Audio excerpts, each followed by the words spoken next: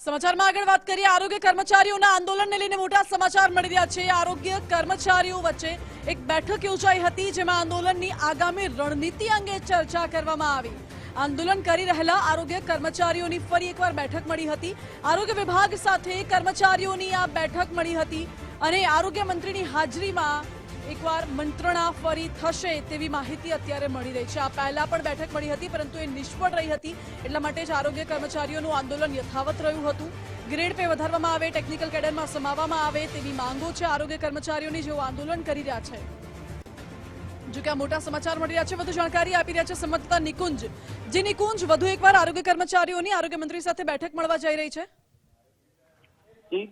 આરોગ્ય કર્મચારીઓ અને આરોગ્ય વિભાગની બેઠક જે છે તે શરૂ થઈ ચૂકી છે। આ પહેલા પણ એક બેઠક મળી હતી લગભગ અઠવાડિયા પહેલા, પરંતુ તે બેઠક નિષ્ફળ નીવડી હતી। આરોગ્ય કર્મચારીઓની જે માંગ છે તે માંગ આરોગ્ય વિભાગે સંતોષી ન હતી અને તેના કારણે આંદોલન કરી રહેલા આરોગ્ય કર્મચારીઓએ આંદોલનનો માર્ગ અપનાવ્યો હતો। છેલ્લા 2 દિવસથી આ આંદોલન જે છે તે શાંત પડ્યું છે। અલબત્ત એસ્મા એક્ટ પણ રાજ્ય સરકારે લગાવ્યો હતો અને તેના કારણે આરોગ્ય કર્મચારીઓને 4 ફેબ્રુઆરી સુધીમાં એપ્રિલ સુધીમાં પોતાના સ્થળ પર હાજર થવા માટેનો પણ એક અલ્ટિમેટમ આપવામાં આવ્યું હતું।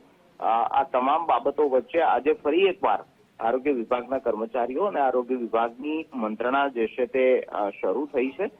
તેમની 2 મુખ્ય માંગો છે। એક તો તેનો ગ્રેડ પે જે છે આરોગ્ય કર્મચારીઓ વર્ગ 3ના, જેની અંદર મેલ હેલ્થ વર્કર અને ફિમેલ હેલ્થ વર્કર જે છે તેનો સમાવેશ થાય છે।